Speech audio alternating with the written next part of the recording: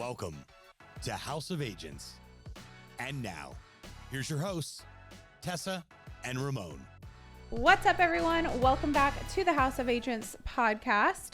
Today, we are talking about chaos. So basically, if you feel like your real estate business kind of exists in a constant state of chaos, and maybe that is, oh my gosh, I have so much going on, I don't know where to focus my time. Maybe that means I have deals this month, next month, I don't know what's happening. Maybe it's I'm staring at my phone praying that something happens. It could be really anything in between. I think that so many people in the real estate industry, so many agents kind of live in this constant state of like controlled chaos at times, but chaos nonetheless. Yeah. And so we have actually devised really a 6-step process of the next steps to take when you feel like you're in that state of chaos and you want to get a bit more controlled and a bit more, streamlined. And one of my biggest focuses always when it comes to like real estate is being able to build something that's obviously scalable, successful, whatnot, but predictable. And I think that's the biggest piece that so many people miss is that they don't have something predictable. It's always sort of a crapshoot of, is it going to happen this month? Or unless it's predictable chaos. That's you just true know too. It's going to be a shit show. I know I'm not going to do well this month. This is going to be a wreck. Yeah. So that's fair too. But regardless, we want to give you hopefully at least one of these 6 pieces or something that maybe you can hone in on a little bit more to really learn how to control your chaos and thrive even if you feel like you're in a bit of a state of chaos. So our first step is really around some daily structure. So we'll talk a little bit about like time block, scheduling, however you want to operate your routine. There's a number of different ways. Some people live and die by time blocking. Some absolutely despise it. So we'll get into our separate opinions on that. But I know this is a really big thing for you. So talk a little bit about daily structure and like how important that is to controlling the chaos. Yeah, for sure. Well, I think the feeling of chaos also feels like you're missing something, like you're forgetting something. It always feels like your mind, you're just thinking about, I think I missed something. Did I do this? Did I do that? And it like almost drives you crazy at some point. But I think the daily structure like has definitely changed it's changed the course of how I operate. And I can say firsthand, I have been the agent on vacation who can't put their phone down, who like everyone knows he's doing deals on a Zoom call. Hey, I'm making money, like all good. And honestly, I'm not going to lie. I used to kind of like it. Like, yeah, yo, what up? Just made 20 grand. Like, I don't care. I'm on the beach. He loves being the guy on vacation. No, on I do a not. boat, No, I do not. Doing deals. For the record, I am not the guy in the restaurant who's like, yeah, okay, 10 million. You yeah, send me the DocuSign. Wire it. No, I'm not that guy. But I actually I just didn't mind. I was a little bit younger. I didn't have much going on. I just make money while I'm on vacation. Cool.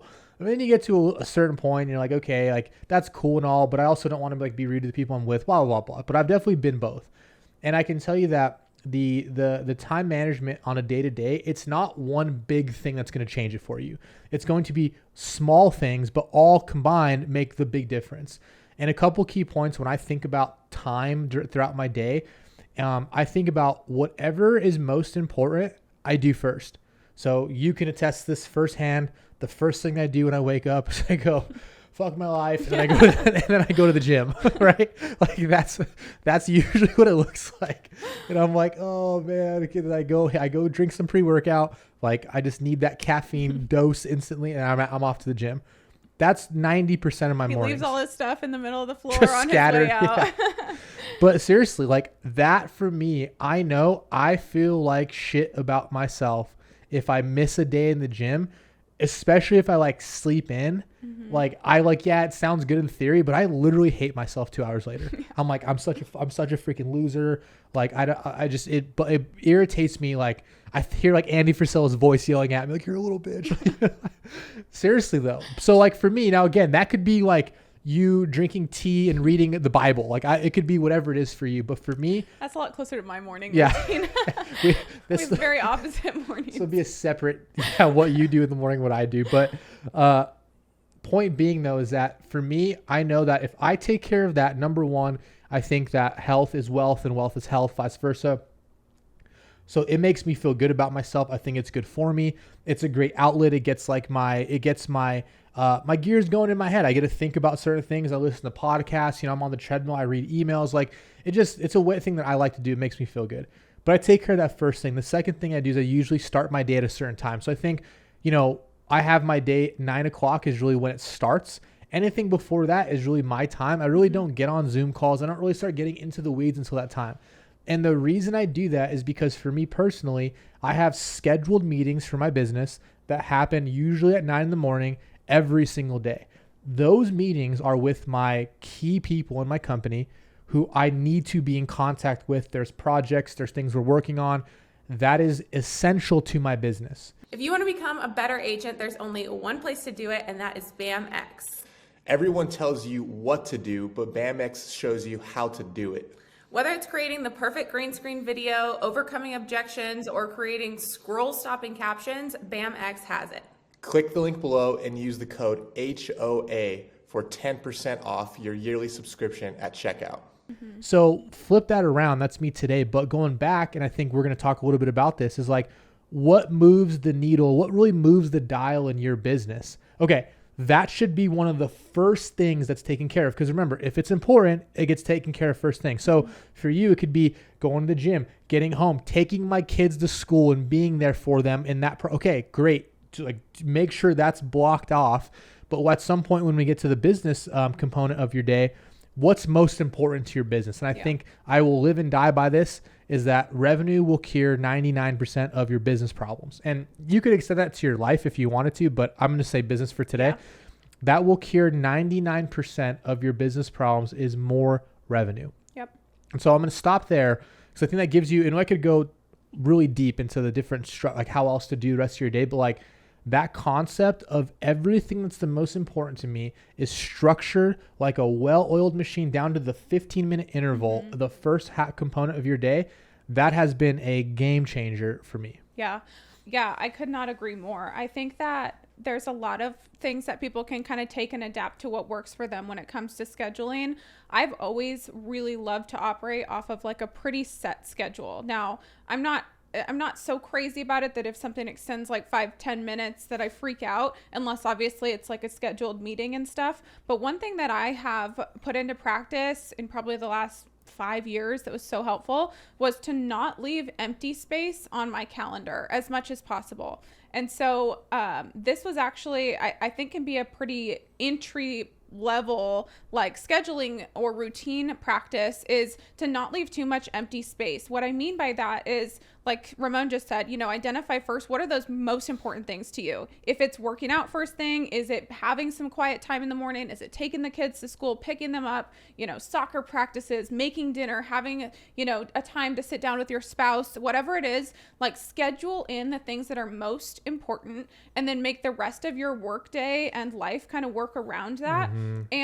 The way that I do it is because sometimes, I'm not going to block out, hey, write email at this time, hit send on email at this time. Like, I don't like to schedule it down to the second, but I do like to say, okay, for this 2 hours, I'm focusing on this specific thing, whether that's prospecting, whether that's cleaning up your CRM, whether that's, getting in that creative state to write some social media content or your emails or film videos or whatever. I like to block those times out so that I don't just have an empty block, and so that I'm also not telling myself, oh, whenever I have some downtime this week, I'll film some videos. Because guess what? Fast forward, you've now gone 3 weeks and you didn't have downtime, or the downtime that you did got filled with something else that quickly moved up on your priority list. So I like to block those out. Of course, you can be flexible with certain elements of that, but I think that piece is really key for making sure that you always have those top priorities accounted for, and to make sure that, I don't love the word balance, but make sure that you can kind of accommodate some degree of balance into your life so that it's not just all like glued to your phone, glued to your computer. Because I think we both know you can really easily have kind of like a lot of busy time on your computer where, you've been sitting in front of it, or you've been sitting at your office for 8 hours and the day ends and you're like, what the hell did I even get done today? Yeah. Like I did a lot and I kind of clicked around a lot. I have a million tabs open, but I didn't really like tie the knot on any actual tasks at hand. Yeah. So I think that piece is really huge, just not having too much empty space. As you're talking to, it just comes down to focus, and focus is really your superpower. You'd be blown away if you and when I say focus, that means Actual focus. It means like you're not flipping through your emails. It means you're not like a text message comes in that's not about what you're currently doing, or a phone call. You're not taking those. Like, that's focus, where your mind is on one thing and one thing only. You'd be shocked at how much you can get done when you actually focus on one thing for 20, 30 minutes. And to be honest with you, we've been conditioned to not focus. It's actually kind of, I'm not gonna say it's hard. You're going to find it more challenging, to not like get distracted for 30 minutes. Yeah. And so point being is that if you're talking about structure your day, I'm gonna tell you right now, if you're finding chaos in your business and you're not seeing the results, you're on the commission roller coaster, you're just not focusing on the right things every day. And that's cool, because now you know this is what I got to do. I got to change that. And we'll talk a little bit about what those are. Yeah. Last couple of things on just the structure, because we really could go down on this forever. Is I heard that too. I was like, oh, sorry. Oh man. we could go down the path, the rabbit hole. The rabbit hole. Yeah. Okay. Holy sorry. shit. Derailed there, but we really could talk about this topic for so long. I do want to move to the next one, but a couple quick points on that too, with when it comes to structure is, to your point, like, we really have been so conditioned. I'm gonna break it to you right now that multitasking is bullshit. You're not really ever effectively multitasking unless maybe your multitasking is like listening to smooth jazz while you type out some emails. That's like kind of the extent of it. I think that so often we think we're effectively multitasking by listening to the Zoom call while you're typing emails, while you're doing stuff. You are not doing either of those things well when you're trying to multitask. And I fall victim to it all the time. I have a bad habit of, like, when I'm on a Zoom call, I can't help but be doing something else.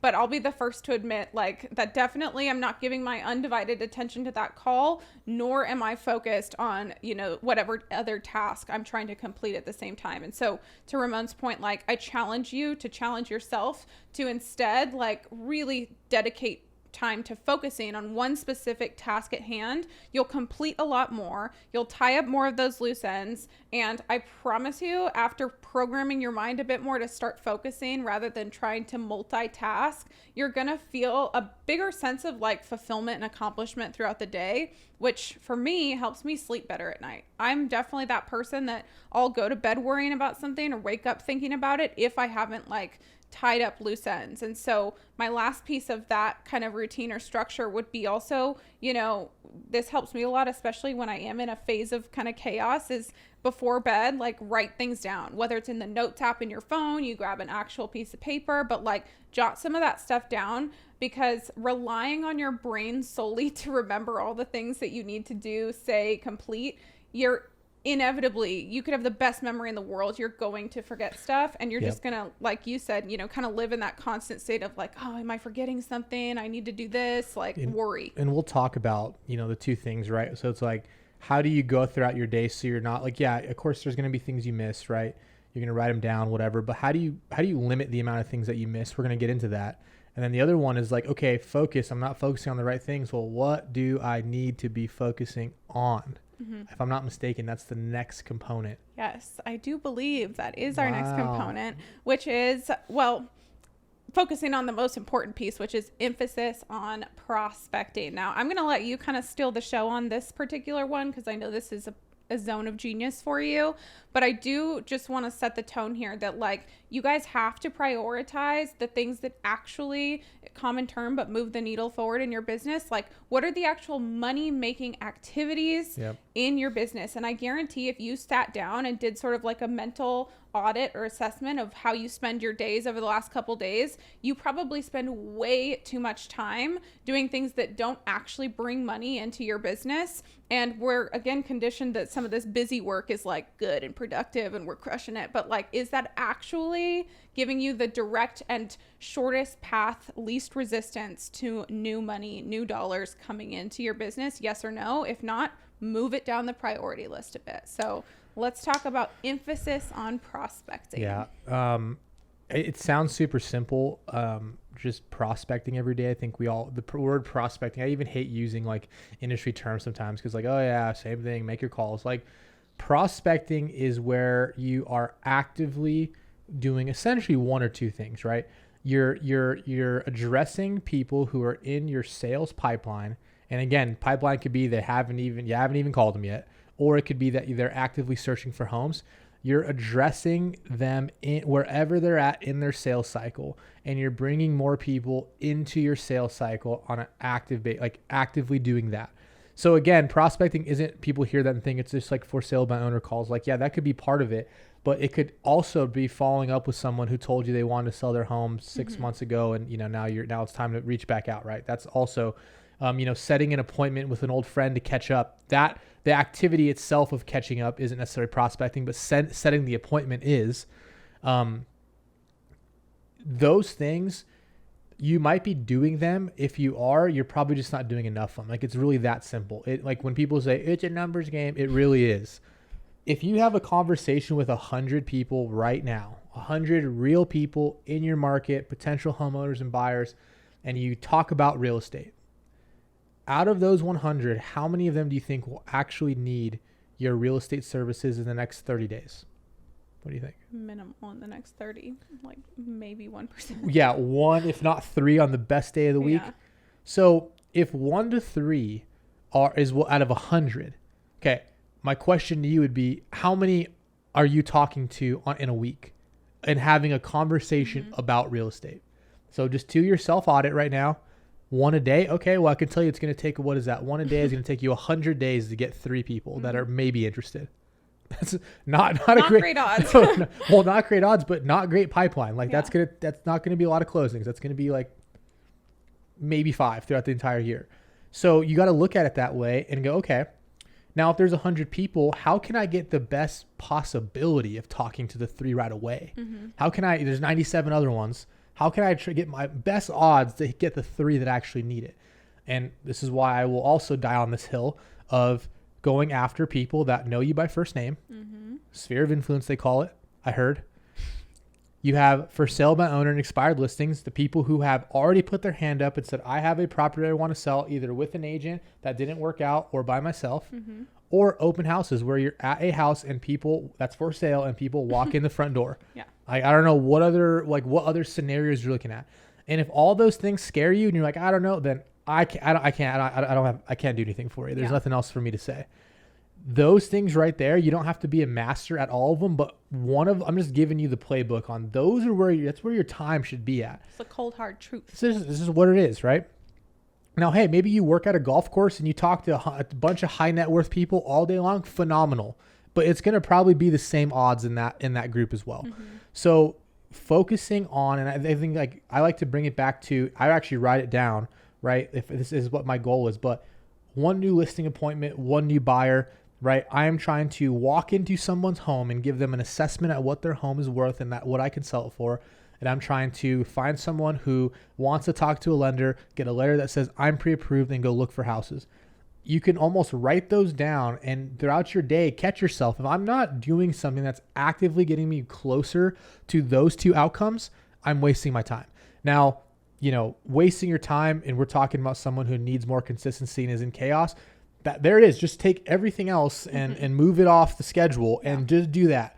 Literally tell yourself, like, until I get close enough to one of these 2 things, I'm not going to be working on anything else. Until I do it. Yeah. Until I get them. Yeah. And like maybe then consider. But outside of that, like if you like as a real estate professional, you do not have another job outside of finding more people who want to buy or sell a home.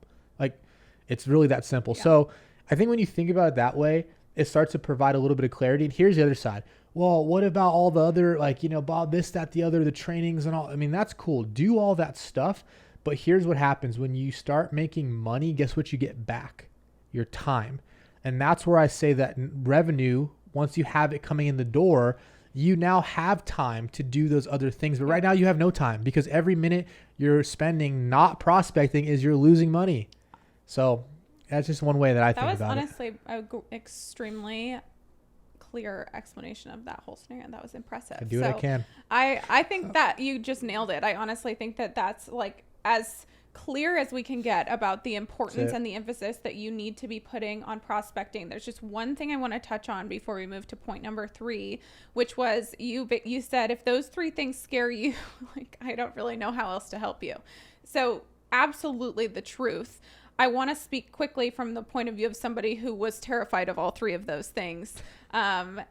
Just because that is the reality. Like, that's some people, is that the idea of like talking to people in those scenarios, it can be as scary. I will tell you that calling FSBOs was something I got very good at, but man, do you get just like put through the ringer. Those are probably some of the people who are least happy to hear from you initially. And so one good thing is that as you start to navigate those different scenarios, like nothing will be harder than those three things when it comes to your real estate prospecting bucket, right? As you start to get better at those couple of things, like the rest of everything is going to start to feel easier and easier, and it's going to really start to fall into place. And I would challenge you to focus in specifically on one of those three more so than others, and really go all in on mastering that one piece. Because as you start to see some success in those areas, as you start to win in those tasks, your confidence raises, and that immediately translates in your ability to successfully do the other two things. Yeah, I agree. Yeah. And it's also reps too. I mean, like you said, if you can get through that, you can get through just about anything that comes on your plate, in terms of like objections or people. But I mean, I've also, like, flip side of it is like, yeah, people say they're hard, people are assholes to you. Well, guess what? I've also got hundreds of thousands of dollars of referrals from one phone call that ended up being, you know, a lifelong relationship. So there's also the other side of it that, hey, the stuff that doesn't work out, whatever, but a lot of it does, and it can make a big impact in your world. Absolutely. Well, that brings us into the third point, or the third step of getting out of your chaos, which is one of my favorites, and I think one of yours as well, which is knowing your numbers. I love to kind of geek out about like ways to reverse engineer stuff. I think that that's the most fun, because once you realize that it all really is a formula, you understand that, oh, I know exactly what to do. Like, I think so often one of the more common questions I hear or see when it comes to real estate, especially from like newer agents or ones trying to get their feet below them, it's like, oh, well, what's the blueprint? Like, what do I need to do? What's the formula? How do I do it? And the reality is, it's very simple. It's exactly what we're talking about here today. It's a lot of what Ramon just said. But when it comes down to the actual results that you're looking for, whether your goal is $100,000 in commission or $200,000 or a certain number of deals, you can reverse engineer the actions that you need to take off of that number. And so I actually have a calculator tool, which maybe we'll include it in like the description of this if you guys want to use it. But I always had so much fun using this tool. Is you can put in exactly how much commission your goal is to earn this year. So let's just, for the sake of round numbers, use 100,000. It's now going to tell you, and you can input, of course, some things like your split and any marketing fees and whatnot. It's set at kind of like just some standards, but you can play around with that. And it's also set on a standard conversion number. Now, the more calls that you do, the more conversations that you have, you're going to have a pretty good idea of your conversion percentage or conversion rate, which is basically, okay, I called 100 people. I was able to talk to 5 of them, and of those 5, one person agreed to meet with me for a listing appointment. Whatever it is, you're going to start to know exactly what your numbers are and your odds are. But again, you can use kind of some average percentages, and it's going to tell you how many leads you need and how many deals you need to do at an average price point and all that stuff. And when you know this number, you can then break it down further. Okay, so now I divide that number. Let's just say it was 1,000 1,000 leads that I need, okay, in order to get this goal accomplished. I can now divide that up over 12 months or however remaining months you have in the year to hit your goal.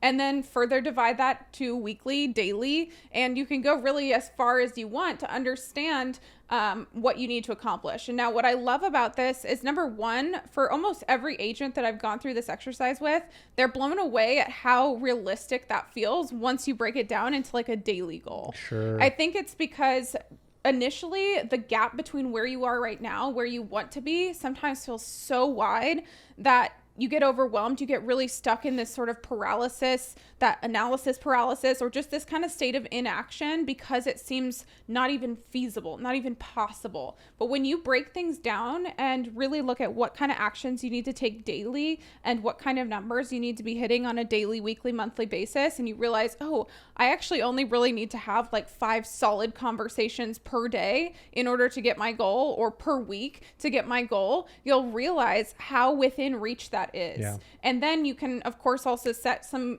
goals for yourself to exceed that, to double that, see how big you can get this thing once you start to understand that. So I think that knowing those numbers, being able to reverse engineer that for yourself, even at the most simplistic level, will be key to not only your motivation, but also some predictability in the success of what you're trying to accomplish.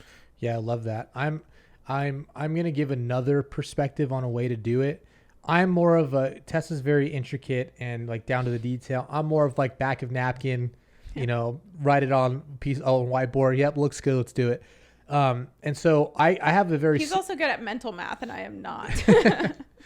Yeah, that's because no one can ever check your numbers on the fly. So you can just say whatever you want. We're like, oh, okay, yeah. Say it with confidence. Just say it with confidence, yeah. So, which actually we're going to talk about in a sec, saying things with confidence. But the way I like to do it is it's a reverse math. So like just get a general idea of what you net out. So like after splits, after expenses, like what do you walk away with, average sales price, what, you know, and it could be exact, it could be a round number. And then, you know, just do the reverse math, right? Like this is what I net out with. I want to make 100 grand, take that number, divide it by 100. You know how many transactions. So here's the deal. Once you know the transactions, this is the key. I've always based my entire business off of listings. I never, ever, ever, ever factored a buyer transaction ever. I always said, I'm going to go after peer listings because I know if I do this, I will get all the other stuff. Okay. And so I would go, all right, if I need to sell 20 listings in a year, that's 5 every quarter, right? Let's just say that if I go to 10 listing appointments and I get 5 of them, that means I have a 50% conversion rate. So in order for me to list 5 homes, I need to go on 10 appointments, 50% conversion rate. I need to go on 10 appointments for that quarter. So you got to do it every single quarter. So that means I got to do 40 listing appointments in the calendar year. Correct. You got it. Thank you. In the calendar year. So when I break that down by the week, right, I would just round that up personally to 1 per month. Per week. 1 listing per week. 52. You technically only need 40 for your math.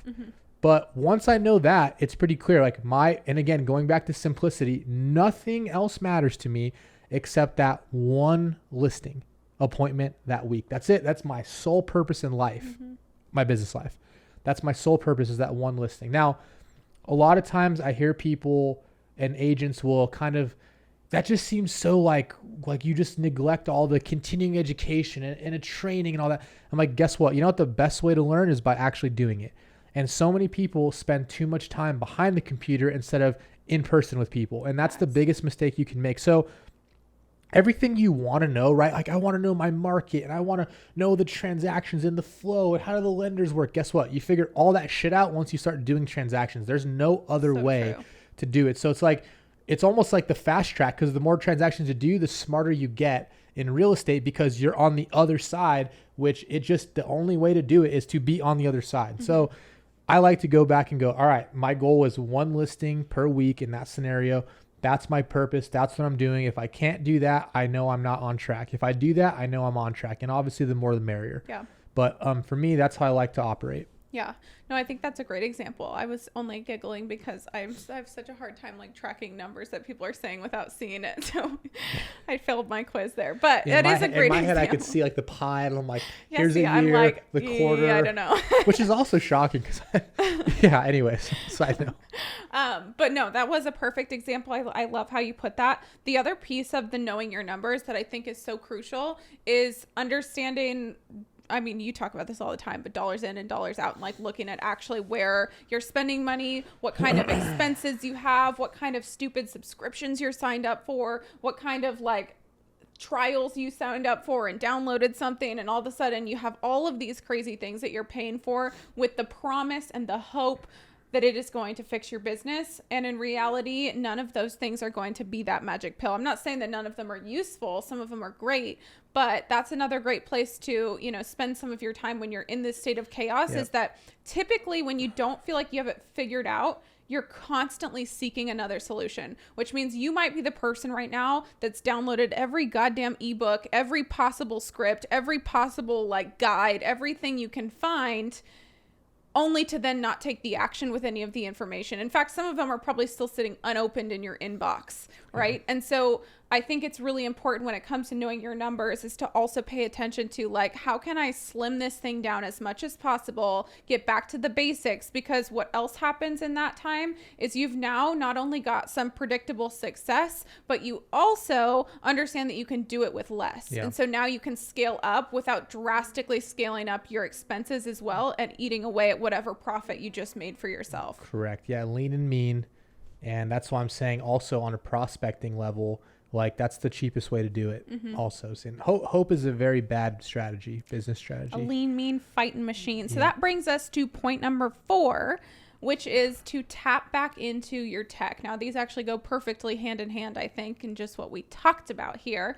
But what I will say on tapping back into your tech, and then I'll let you kind of run with this, is really making sure that you are paying attention to what you have access to and using them for exactly the functions they're intended to be used for, and use them to the maximum. So one thing that I would suggest, now it's not going to be your number one money-making activity, so it shouldn't be top priority for you, but it should be a piece of your schedule, weekly, daily, monthly, that you're spending some time bettering yourself with the tools that you currently have access to. So an example of that, right, is your CRM. Like most people's CRMs probably do 15 more things than you realize they do, and 100 more things than you're using them for. Yeah. And so spend a bit of time mastering that and seeing how you can become better at leveraging the tools that you already have access to. Not only will you save yourself some money probably, because you might realize you're paying for like 5 services that all do the same exact thing, but you're also going to buy back some time, which we all know,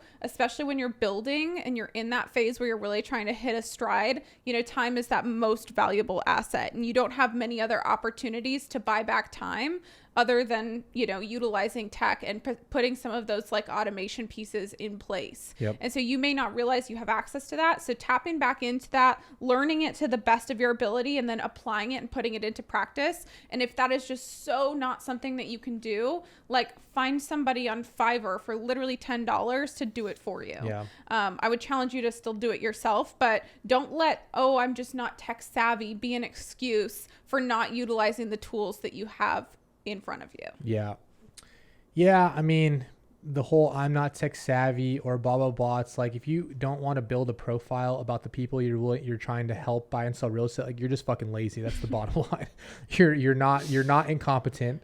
You're like, if you could pass the real estate exam, I promise you can press enter on a dashboard. I mean, there's some 80-plus-year-olds that are famous on TikTok, and I sometimes can't figure out how to edit a damn TikTok video. So the like age or ability or resources is truly just an excuse. You're just lazy and you don't care enough to do it. That's the bottom line. You want the result, but you're too lazy to actually take the act. Like, you don't have to love the fundamentals. You just have to love the result it produces. I'll talk about CRM like in database and all that stuff, tech, in the most simple way. I could go down like it's almost like you feel almost dumb explaining it, because I'm like, think about every major sales company, corporation, anyone who's made any impact in the sales world at even the smallest level to the biggest companies you can think of in the world. The database usage is on another level. Like, if you think there's another way to sell at a very, very high rate, at a high level, to do it the best, it's all done through the database. I don't know, make no mistake. Like, every company you subscribe to and call and talk, they all have a profile of everything, every call, every interaction, every text you open, every click. Yeah, which, by the way, we can see when you open an email. So stop telling us you didn't get the email. Yeah. So bringing it back. Yeah, exactly. So bringing it back down, like, just use it for what you need it for. Okay. And so this, going back to simplicity, like, what you need it for is to store contacts and the conversations and information that you had and that what you've extracted to put into the database. That's what you need it for.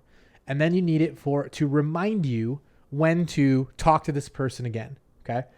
The other things you need it for are to leverage communication. Now, when I say that, I mean things like market reports, listing alerts, like your monthly newsletter. I don't care what it is, but you have to stay in front of people. That's the one thing I'll say. Like, everyone's heard of Grant Cardone.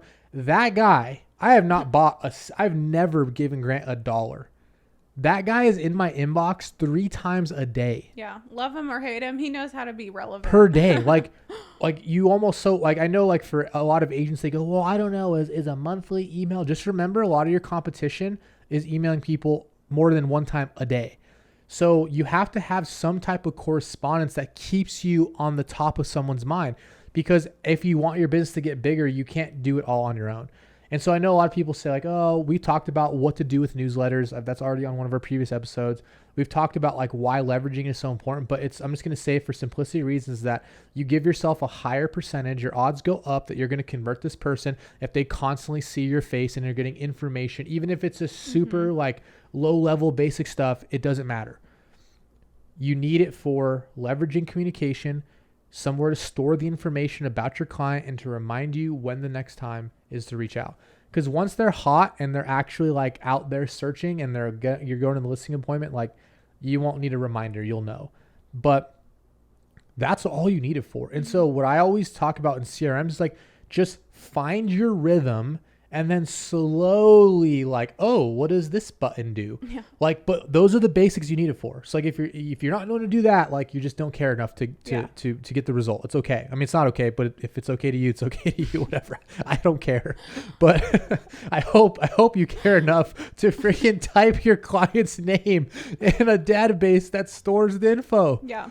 Like, geez, it's rudimentary. Anyways, that's what you need it for. And then from there, like you can then watch a video on how to do more with it. Like they all have tutorials. So like, I mean, Google and YouTube are a crazy place. Yeah, it really is. So, I mean, a lot of these companies you can like call and have somebody from the company like do a private. So, or they've got like full online courses in their back end of showing you how to do this stuff. So again, I could use Excel and also I just would like to figure out a way to email my clients on a regular basis with info. Outside of that, I could use Excel because that's what I need it for. So if you have it, just use it for what you need it for right now. And then as you get more revenue, you get more time, and as you get more time, you can use that time to get smarter. But so many people are always looking, how do I optimize this or optimize that? It's like, well, shit, if you just would have prospected for that time, you'd already figured it out. Quit worrying about automating it when you have 10 fucking clients in there. Like, I mean, I speak to me when you've got like 100,000 contacts. I'm going to understand that you need to like really automate it. But I got 400. So many people are really putting the cart before the horse when it comes to utilizing the tools available to them. So stop overcomplicating it, get back to kind of the basics, and then use the tools for exactly what they're able to do. Yeah, correct. All right. And that's, because I don't want to go down I think it's just so simple, but if you start, and we talked about it earlier, I think before we even started the show, if you're not seeing the result you want, you have to do things you haven't done before. So while this might be uncomfortable or might be like, oh my God, it's such a hassle, it's like, yep, that's the point, because the value's in the inefficient shit. So if you're not doing that stuff, chances are that's why you're not getting the result. It's almost as if the magic that you're looking for is in the work that you're avoiding. Yeah, that is a good one. Yes. I know I give you a lot of good phrases and quotes. That is my quote that he has taken and remixed so many times, so much so that I saw one of his agents post it like, Ramon shared this great phrase today, and like giving him all this praise. It's actually in my Instagram bio now. That's my bio. Crazy. The ultimate quote jacker. But that brings us into step number 4, which is about 5. That was 4. Oh yeah, 5. Sorry guys. See, not good with numbers all over good. Here. That's what I'm here for. Which is your environment. So obviously this refers to like your physical environments of where you are.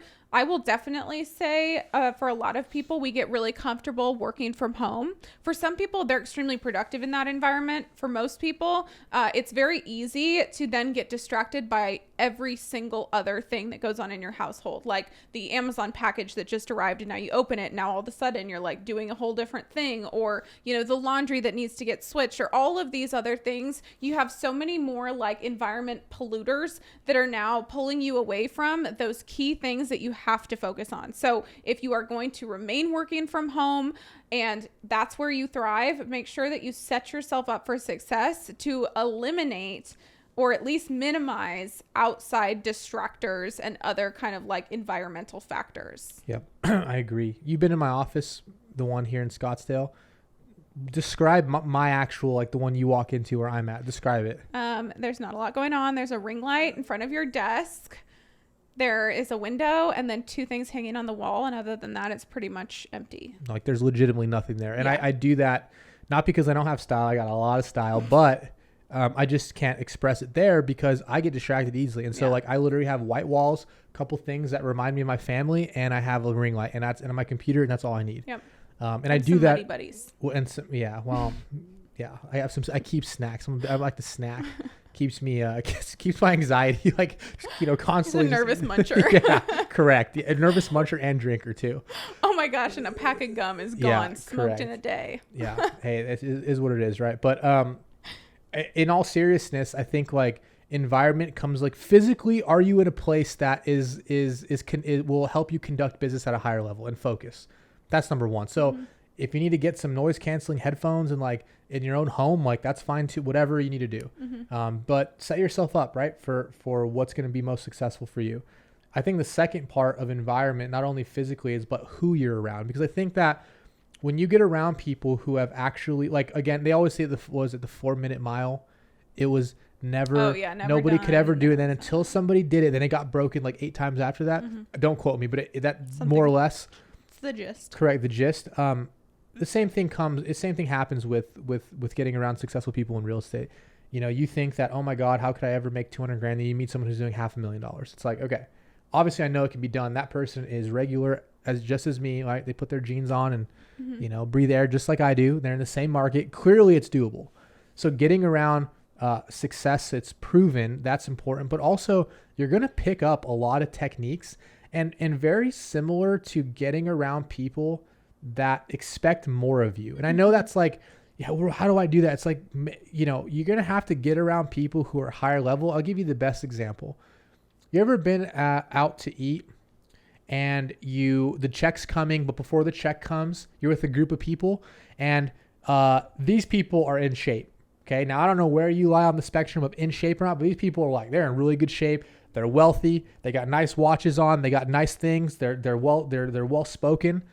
You're there talking about business, and then the dessert comes around. They go, hey, would anyone care for dessert? And the first person goes no. The second person goes no, and then it goes to you. The first 2 fit people said no. You probably, which me, I can speak from firsthand experience. I'm like, well, shit, what do you got? You got cheesecake, you got key lime pie. I'm a big butter cake fan. Like, what do you got? But simply because I'm with people that hold themselves to a higher standard, I am going to, and you will all relate to this list, and you will say, I'm going to pass on that. No, I'm good too. You don't even think about it. Yeah, it's because you don't want to be the ultimate porker over there that just like changes the pace. But it goes back to like, because you are now emulating people who have higher standards than you do. Oftentimes it's almost subconscious too. And I'm not saying like, whether you deserve, I don't give a shit. It doesn't matter. But I'm saying in that setting, psychologically, you are following the reason why it's so important to be around people that hold themselves to a higher standard, because you start emulating that, whether you know it or not. So I don't really want to go too much further into that, but like you'll learn stuff. You'll hold yourself to a higher standard. You'll prove in your mind what you're trying to do is possible. And a lot of times the best people to be around are people who say you can do it. Like they encourage you. And I think for a lot of people, sometimes you just need to be told that you got this. Yeah. Instead of you who's like, fuck, I don't got this. Sometimes you need other people to believe in you more than you believe in yourself. So that's why your environment of who you're around is so important. That's profound. But it really is so true. I think that you need to understand and take responsibility for cultivating the environments that you're in, because you become a byproduct of the environments that you're in and around. And though you may not have control over 100% of that, you definitely have more control over it than you realize. And so one of the things with environment too, of course, we're talking about like physical environment and the people that you're around. This also has to do with your mental environment. What kind of like ground are you creating or cultivating for what you say you want? So whether it's a money goal or just a feeling or a number, whatever it is, like oftentimes we have something that we're working towards. We have our own definition of success and the win and all of these kind of things. It's so important that you have, laid the groundwork for that to even be possible. If I have a piece of concrete and I have this perfectly like manicured lawn with like fertilizer and everything needed for a flower to grow through, and I plant a seed in both of those, like which one do you think is going to pop up first? Probably the one that was planted in the optimal environment with the best weather, perfect amount of water, versus a plant that's trying to poke up underneath concrete. Same thing is true with so many of your environments mentally, is that, yeah, you've got that big goal. Maybe you've taken a couple steps, but what's the biggest piece holding you back is you've got this block of concrete sitting over the environment that you are trying to succeed in. So that comes down to the things you consume on social media, your habits during your downtime, you know, the way that you treat your health, your physical health, your mental health, the people you surround yourself with, the way you talk to yourself, your inner dialogue, like all of those things matter, and all of those contribute to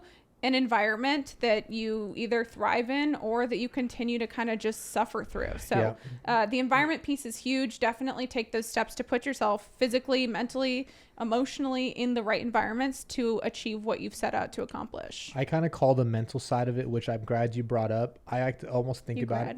What? You grad I brought up? I'm glad. Yeah, that's what I said. I thought you said grad. No, I did not. Are you making fun of my speech impediment? No, go ahead. This is something I've been struggling with my entire life. No, I'm just kidding. Sometimes I get excited. I don't clearly say things all the way, but whatever.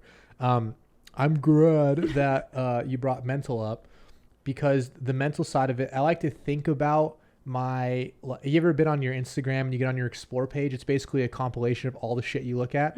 Like, so if you're a dude and all you're looking at is chicks all day, it's all it's going to be. If you're me right now, it's all watches and new trucks, because that's what I've been obsessed with lately. Whatever you look at, that's what it's going to be, right? So you can almost think about like the activities you do throughout the day, who you listen to, who you hang around, you know, what you tell yourself, what you read, what you see. It all kind of forms together, and it's like this. And your mind is really that page, right? It's like it's brought all into one. And, you know, just think about, what is it, right? Is it success? Is it, you know, healthy? Is it things that are healthy? Is it, you know, people you want to be around and you enjoy? Like, is it, what is that page for you in your real life? It's kind of a weird way to think about it, but something that's crossed my mind I thought I'd share. But yeah, the importance of environment. I mean, get around the people who you want to be like. And I mean, that's a great analogy. Bottom line.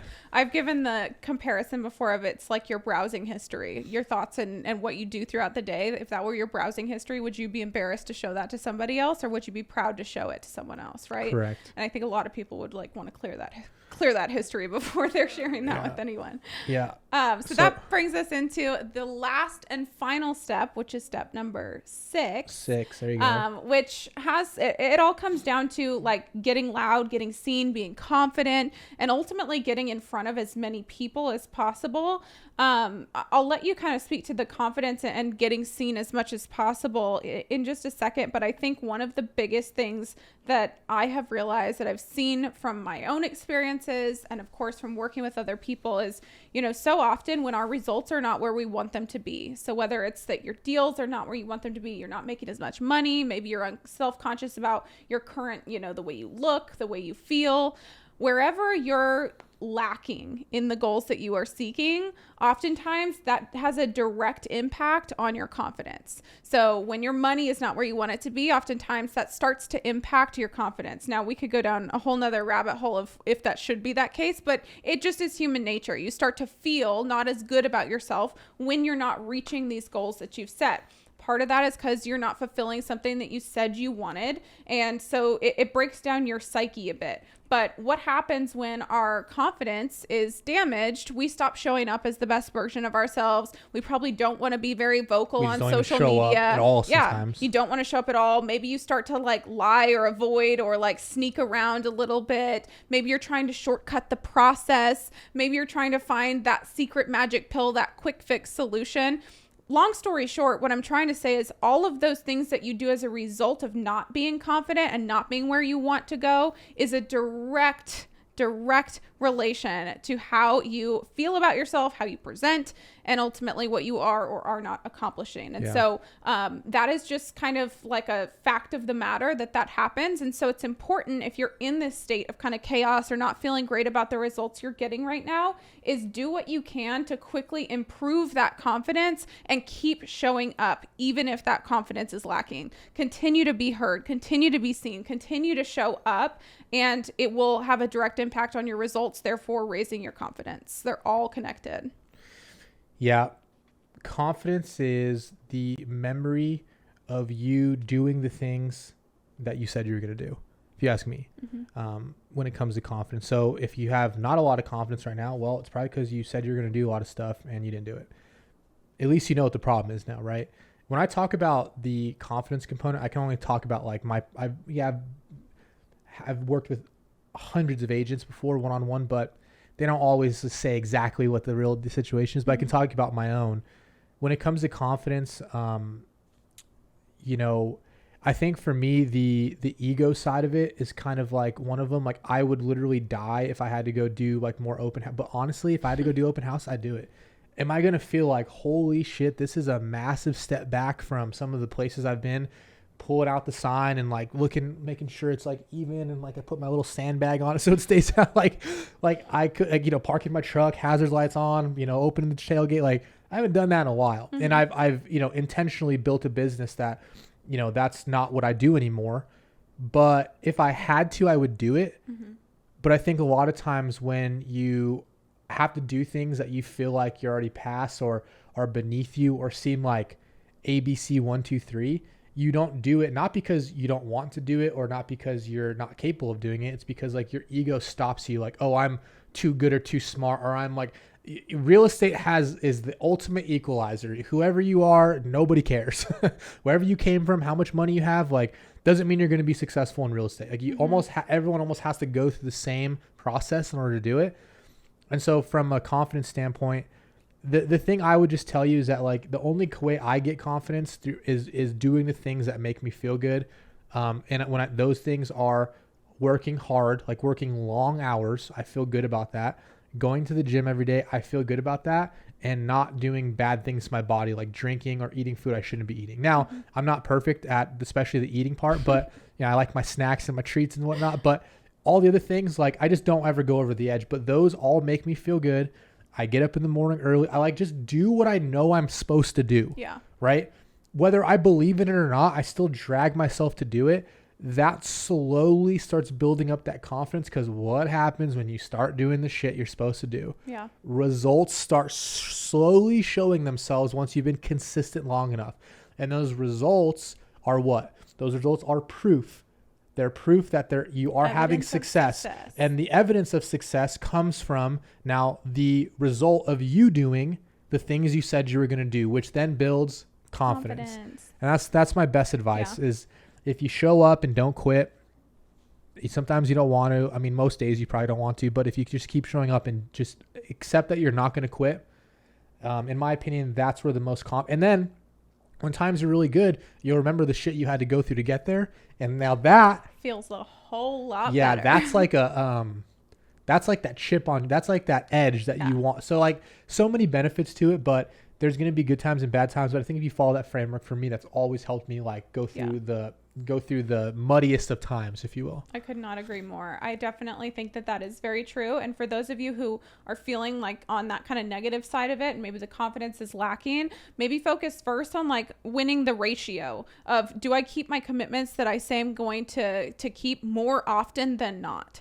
And if your answer to that right now is no, then work first on just flipping that ratio. So you're at least 51% of the time doing what you say you're going to do, and continue to increase that. And it will be this really positive momentum forward. Because I think that this concept that we just talked about, it really can go spiral downward out of control extremely quickly, just about as quickly as it can spiral, you know, the opposite direction once you start to condition yourself that I am somebody who keeps my commitments. I am someone who always follows through.